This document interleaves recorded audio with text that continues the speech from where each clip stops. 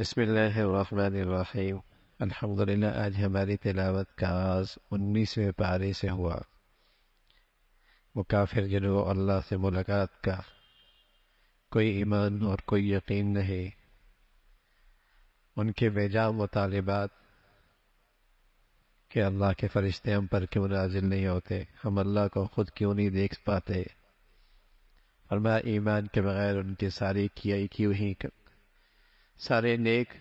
کی ہوئی اعمال ان کی کوئی حیثیت نہیں ہوگی، اور کل قیامت کا منظر ہے جب انہیں افسوس ہوگا کہ کاش کہ ہم ایمان لے آتے، تبھی کی اطاعت کر لیتے اور مارے حسرت کی انگلیاں چبا لیں گے، اور افسوس اور حسرت کا اظہار کریں گے کہ فلاں شخص کو دوست نہ بنایا ہوتا جس نے آج ہمیں گمراہ کر دیا۔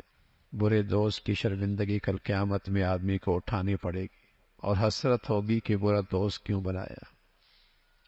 اچھی صحبت، اچھی دوست بھی اللہ کی بڑی نعمت ہوتی ہے۔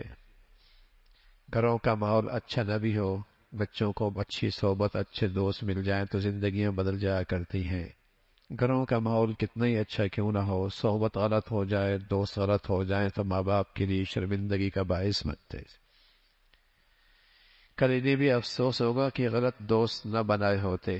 ان کا یہ اعتراض بھی تھا کہ جیسے آسمانی کتابوں سے ساری کتابیں یک بار کی اتری ہیں، قرآن آہستہ آہستہ کیوں اترتا؟ اللہ رب العزت نے اس کی حکمت بتائی۔ کتاب پر آزمائشیں، آپ پر حالات، ہم آیت اتار دیتے ہیں جس سے آپ کے دل کو اور تقویت ملتی ہے۔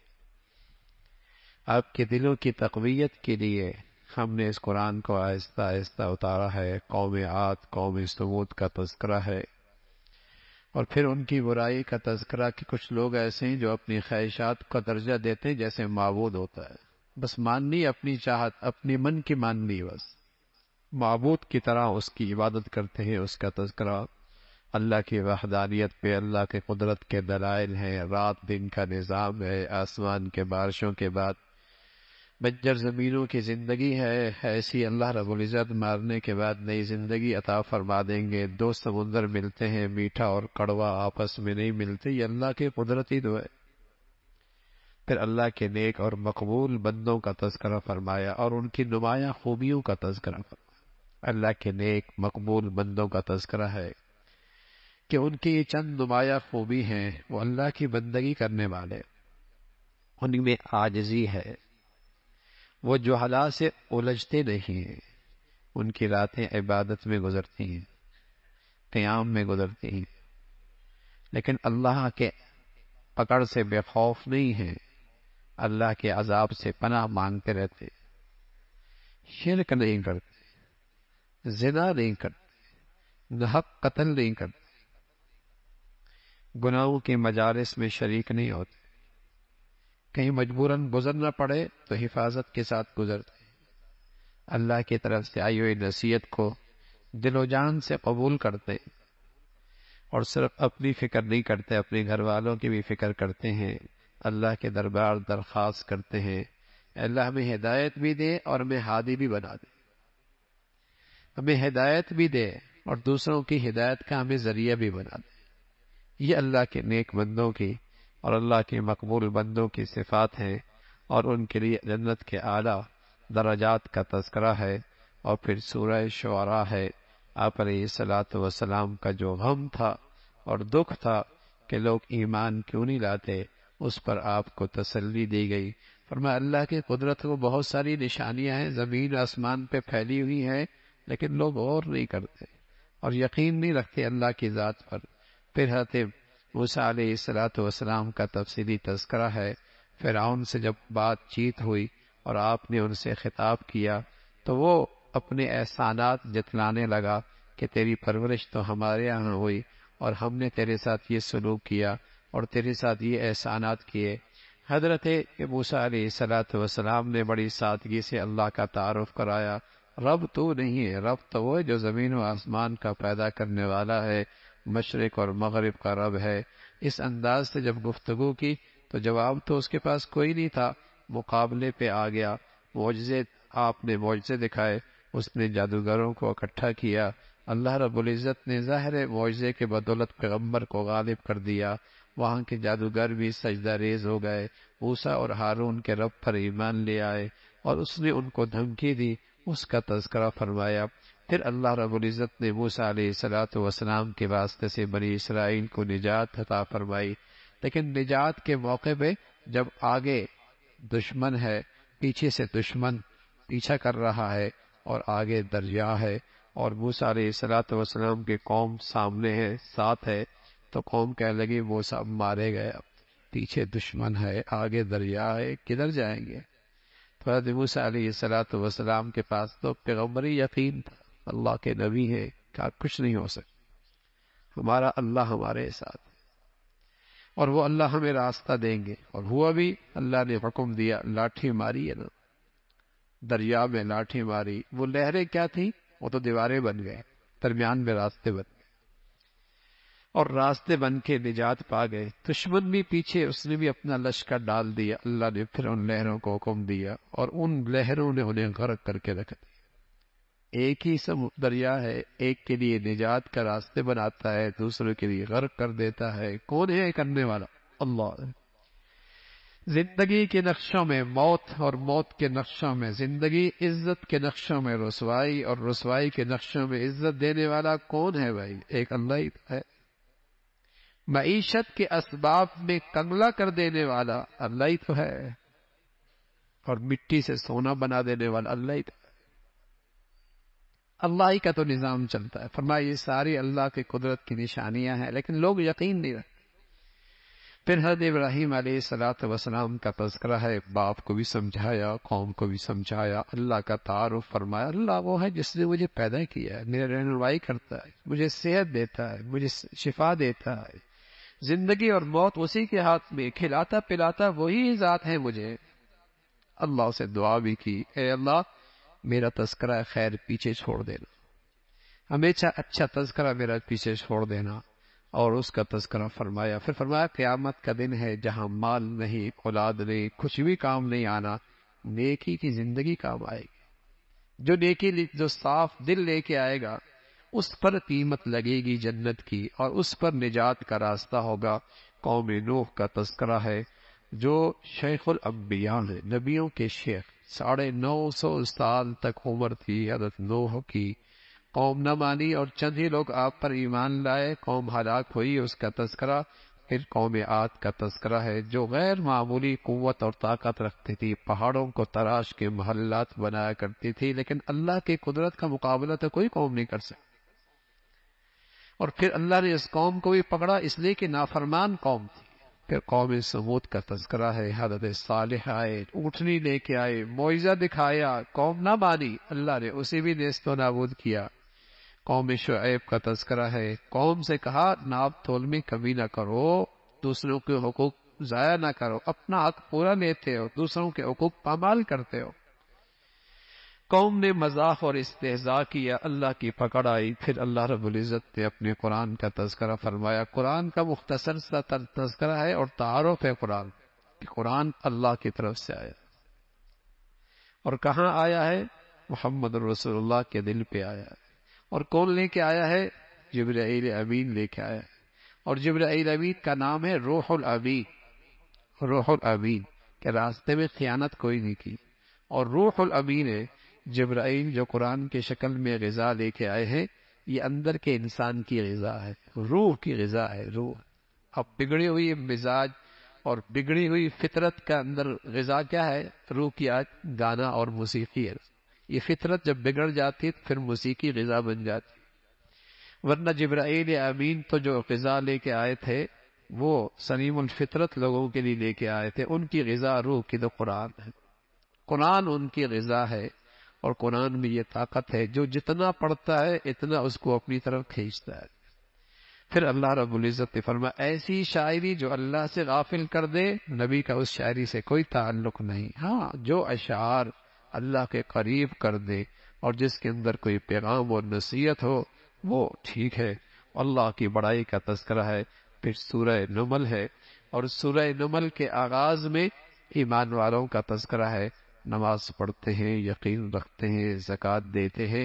اور پھر حضرت موسیٰ علیہ الصلوۃ والسلام کو جو اللہ نے معجزہ دیا، لاٹھی دی، اور پھر کس انداز سے اللہ رب العزت نے انہیں اپنے معجزات سے نوازا، اور کس انداز سے دوران سفر آپ کو نبوت ملی، اس کا تذکرہ فرمایا۔ پھر حضرت سلیمان علیہ الصلوۃ والسلام کا ایک غیر معمولی واقعہ کا تذکرہ ہے۔ حضرت سلیمان علیہ الصلوۃ والسلام کو اللہ نے غیر معمولی سلطنت دی تھی۔ آپ کو روحانیت کی بادشاہت بھی دی تھی اور مادیت کی بادشاہت بھی دی تھی۔ روحانیت کی بادشاہت اللہ نے آپ کو نبوت دی تھی، اور مادی دنیا کی بادشاہت بھی دی تھی کہ آپ کے پاس ایسی سلطنت تھی کہ جنات بھی آپ کے حکم کے تابع تھے، پرندوں کی بولی بھی آتی تھی، چیونٹیوں کی بولی بھی سمجھتے تھے۔ آپ کا تخت جس پہ آپ بیٹھا کرتے تھے وہ ہوا کے دوش پہ سفر کیا کرتا تھا۔ آج تو جہاز بن گئے نا، ہیلی کاپٹر بن گئے۔ آپ حکم دیتے تھے ہوا کو، اور اس ہوا کے دوش پہ آپ کا سفر ہوا کرتا تھا۔ ایک واقعہ لکھا ہے، آپ کے پاس ایک آدمی بیٹھا ہوا تھا، اتنے میں حضرت اسرائیل بھی آ گئے، اس آدمی کو غور سے دیکھ رہے، وہ ڈر گیا کہ شاید میری وقت آ گیا موت کا۔ حضرت سلیمان علیہ الصلوۃ والسلام سے عرض کیا کہ ہوا کو حکم تو مجھے دور لے جاؤ۔ جب اسے دور لے گئے تو حضرت اسرائیل سے سلیمان علیہ الصلوۃ والسلام نے پوچھا، آپ اس طرح غور سے کیوں دیکھ رہے تھے؟ کہا غور سے اس لیے دیکھ رہا تھا کہ اس کے مرنے کا وقت ہے، اور مرنے کا وقت کہیں اور تھا، یہ یہاں بیٹھا ہوا تھا، یہ بیٹھا ہوا یہیں تھا۔ تو اللہ رب العزت نے آپ کو ایسی غیر معمولی سلطنت عطا فرمائی تھی۔ ایک دن آپ سفر کے لیے تشریف لے کے جانے لگے، اور مختلف مخلوق کو اپنے ساتھ لے لیا آپ نے۔ اس میں مختلف قسم کی مخلوق آپ کے ساتھ تھی۔ راستے پہ جب آپ کا سفر ہو رہا تھا تو آپ ایک چیونٹیوں کی بستی کے پاس سے گزرے۔ اس سورت کا نام بھی نمل ہے، چیونٹی۔ اس کے پاس سے گزرے تو ایک چیونٹیوں کی جو سردار تھی اپنی خیر خواہ اپنی قوم کی، لیکن اب تو انسانوں کے ذمہ دار بھی اپنی قوم کے خیر خواہ نہیں رہے، وہاں چیونٹیوں کا ذمہ دار بھی اپنی قوم کا خیر خواہ نکلا، اور کہنے لگا بلوں میں چلی جاؤ، سلیمان کا لشکر آ رہا ہے، کہیں تم ان کے پاؤں تلے روندی جاؤ گی، انہیں پتہ بھی نہیں لگے گا۔ اور یہ بھی پتہ ہے اللہ کے نیک بندے اللہ کی مخلوق کو بلا وجہ نقصان نہیں پہنچاتے، بس یہ کہہ دیا انہیں پتہ ہی نہیں لگے گا تم روندی جاؤ گی۔ یہ بات جب اس نے کہی تو اللہ اللہ ہے، چیونٹی کا منہ کتنا ہوگا، اس کے بول کیا ہوں گے، لیکن اللہ نے وہ آواز سلیمان کے کانوں تک پہنچائی، اور نہ صرف پہنچائی بلکہ سمجھائی بھی، اور جب سمجھائی تو فتبسم ضاحکا من قولها، چیونٹی کی بات سن کر مسکرانے لگے۔ اور اللہ کی یہ ساری نعمتیں دیکھ کر حضرت سلیمان کی عاجزانہ فریاد اللہ کے سامنے، اللہ نعمتیں دے اور عاجزی دے بڑی بات ہوتی ہے، ورنہ آدمی اپنی اوقات بھول جاتا، ورنہ انسان اپنی حیثیت بھول جاتا ہے۔ وہ تکبر، وہ غرور، وہ بڑائی، وہ اس کے بول دیکھو، اس کے چال دیکھو، اس کا لب و لہجہ دیکھو، جیسے اس کی کسی کا محتاج ہی نہیں ہے۔ نعمتیں اللہ دے، مادیت کی دنیا میں ایسی حکومت کسی کی نہیں، لیکن عاجزی دیکھیے، اللہ سے کہہ رہے رب اے مولا تیری نعمتوں کی حد ہے، لیکن اپنا شکر گزار بندہ بھی بنا، اپنا احسان شناس بندہ بھی بنا، اور اے اللہ تیری نعمتوں میں وہ کر سکوں جس سے تو راضی ہو جائے۔ یہ ہے احسان شناسی، یہ ہے شکر گزاری، کہ اللہ جس قدر نعمتوں میں اضافہ کرتا رہے، بندے میں شکر گزاری اور احسان شناسی اور فرما برداری میں اضافہ ہو۔ یہی نعمتیں رحمت ہیں، ورنہ نعمتیں بھی زحمت بن جاتی ہیں، ورنہ نعمتیں بھی فتنہ بن جاتی ہیں، ورنہ نعمتیں بھی عذاب بن جاتی ہیں، یہی نعمت رحمت ہے اللہ کی، جس نعمت میں شکر گزاری بڑھ جائے، عاجزی بڑھ جائے، احسان شناسی بڑھ جائے۔ لشکر لے کے جا رہے، کہیں ایک جگہ پڑاؤ ڈالا ہو تو ایک مخلوق بیچ میں کوئی نہیں، ہدہد، پانی کی ضرورت پڑی۔ ہدہد شاید آپ نے دیکھا ہوگا، اس کے سر پہ تاج ہوتا، لمبی سی اس کی نوک ہوتی ہو، لمبی سی۔ اللہ نے اس میں ایک صلاحیت رکھی ہے، وہ بتا دیتا ہے کہ پانی نیچے ہے یا نہیں۔ تلاش کیا، پانی کی ضرورت پڑی، اس ہدہد کو بلایا لیکن موجود نہیں تھا۔ کیونکہ وہ بتاتا تو جنات منٹوں سیکنڈوں کے اندر پانی کا انتظام کھود کے پانی کا انتظام کر دیتے. وہ مخلوق بھی ذات تھی، ہدہد کوئی نہیں. حضرت سلیمان علیہ السلام فرمانے لگے ہدہد مجھے نظر نہیں آ رہا، کہیں کسی اور مخلوق کے اوٹ میں تو نہیں ہے، کہیں پیچھے دائیں بائیں تو نہیں ہے، یا کہیں غائب ہی تو نہیں ہے، اور بغیر پوچھے کیوں چلا گیا. اور ساتھ یہ بھی کہہ دیا آیا تو سزا ملے گی اسے، اور ہو سکتا ہے اس کو ذبح ہی کر دو. اولاد بہنو اولیاتی بسلطان مبین. ہاں اگر کوئی مناسب بات کہہ دی وجہ جانے گی معاف بھی کر دیں گے، ورنہ ذبح کر دوں گا. اتنے میں ہدہد فمکث غیر بعید فقال احطت. آگے ہدہد اور ایک پیغام لے کے آیا، کہنے لگا سلیمان میں وہاں سے آیا ہوں جہاں کا آپ کو بھی نہیں پتا. ایک عورت حکمران ہے، ملکہ ہے، اور انہوں نے اپنے اللہ نے دنیا میں ہر چیز دے رکھی ہے، لیکن بدقسمتی ہے ان کی ملکہ وہ ہے اور خدا کی بندگی کوئی نہیں، خدا کی بندگی کوئی نہیں. اچھا وہ ہدہد پرندہ ہے، وہ بھی جانتا ہے کہ نبی عالم الغیب نہیں ہوتا، نبی ہر چیز نہیں جانتا. کائنات کی ہر چیز کا جاننے والا کون ہے؟ ایک اللہ. ایک اللہ، حال ماضی سب کچھ جاننے والا کون؟ ایک اللہ. کہنے لگا سلیمان میں وہاں سے آیا ہوں جہاں کا آپ کو بھی نہیں پتا. ایک مخلوق ہے، ان کی ملکہ ایک عورت ہے، بلقیس تھی، بلقیس، اور وہ سورج کی پرستش کرتی ہے. دنیا کے لحاظ سے اللہ نے بہت کچھ دے رکھا ہے. سلیمان علیہ السلام فرمایا اچھا تمہارا ابھی جائزہ لیتے، تم سچ کر رہے ہو یا غلط. جاؤ میرا ایک خط لے کے جاؤ اور جا کر اسے بھیج دو. دنیا میں سفراء بادشاہوں کے بڑے بڑے لوگ ہوتے ہیں، لیکن یہاں سفارت کس کے ذمے اور ذمے؟ ہدہد کے ذمے. وہ پیغام لے کے جا رہا، خط لے کے جا رہا. محل میں داخل ہو گیا، روشن دان سے داخل ہو گیا. ملکہ بیٹھی ہوئی تھی، خط اندر ڈال دیا، جھولی میں گر گیا. خط کا ابتدا یہ انہ من سلیمان و انہ بسم اللہ الرحمن الرحیم اللہ تعالی علیہ واتونی مسلمی. یہ نیا انداز کا خط اس ملکہ کے پاس آیا. ایسا خط اس نے آج تک کسی بادشاہ کا نہیں دیکھا. نام سلیمان کا. کہاں سے آیا ہے؟ سلیمان سے آیا ہے. اور کس کے نام سے؟ اللہ کے نام سے شروع کرتا ہوں. پیغام کیا ہے؟ فرما بردار ہو کے آ جاؤ. وہ خاتون تھی سمجھدار، اس نے اپنے مشیروں کو سب کو اکٹھا کیا. خط آیا ہے، مشورہ کرنا ہے، بتاؤ. تو وہ ہوتا ہے نا شاہ سے بڑھ کر شاہ. آپ فکر نہ کریں، آپ کا جہاں پسینہ گرے گا ہمارا خون گر جائے گا. آپ اشارہ کریں گردنیں کٹوا دیں گے، آپ کہیں تو صحیح. لیکن وہ خاتون سمجھدار تھی، کہنے لگی نہیں، دیکھتے ہیں وہ بادشاہ کوئی دنیاوی بادشاہ ہے یا کوئی اور چیز ہے. یہ تحفے لے کے جاؤ، یہ ہدایہ لے کے جاؤ، سونے چاندی کی اینٹیں دے کر بھیجی. جاؤ یہ لے کے جاؤ اور دیکھو وہ کیا کہتا ہے. جب حضرت سلیمان علیہ السلام کے پاس یہ سب کچھ آیا تو آپ کے پاس تو سونے چاندی کی کمی کوئی نہیں تھی. آپ تو جنات کو حکم دیتے پورا فرش ہی سونے کا بچھا دیتے تھے، پورا فرش ہی سونے کا بچھا دیتے تھے. ایسی آپ کو اللہ نے سلطنت دی. حضرت سلیمان علیہ السلام نے جب دیکھا گا تو دنیا سے ہمیں تم متاثر کرتی ہو. آپ نے اپنے بیٹھنے والوں سے کہا کون اس کا تخت سمیت اس کو یہاں لے کے آئے. جن بیٹھا تھا، جن لے کے. قال عفریت من الجن. جن کہنے لگا میں لے کے آؤں. آپ کی یہ نشست ختم نہیں ہوگی، وہ یہاں موجود ہو، تخت کے ساتھ ہوگی. قبل ان تقوم من مقامک، یہاں سے اٹھیں گے نہیں، جن آپ کی موجود ہوگی. ایک اور بیٹھا ہوا تھا اللہ کا نیک بندہ. جیسے نبی کے پاس معجزہ ہوتا ہے، ایسا معجزہ کوئی ایسا دنیا میں اور کوئی نہیں کر سکتا. ایسا اللہ اپنے ولیوں کو کرامت دیتا ہے، لیکن کرامت اور معجزہ قدرت اللہ کی ہوتی ہے. ہر وقت کوئی معجزہ نہیں دکھا سکتا، ہر وقت کوئی کرامت نہیں دکھا سکتا. جو ایک ساتھ بیٹھا ہوا تھا آپ کے پاس صحبت میں، اس نے کہا میں نے آپ کے پاس لے کے آتا ہوں بس تھوڑی دیر میں، آنکھ کے جھپکنے کے بقدر، اور اتنے میں تخت سامنے میں پڑی.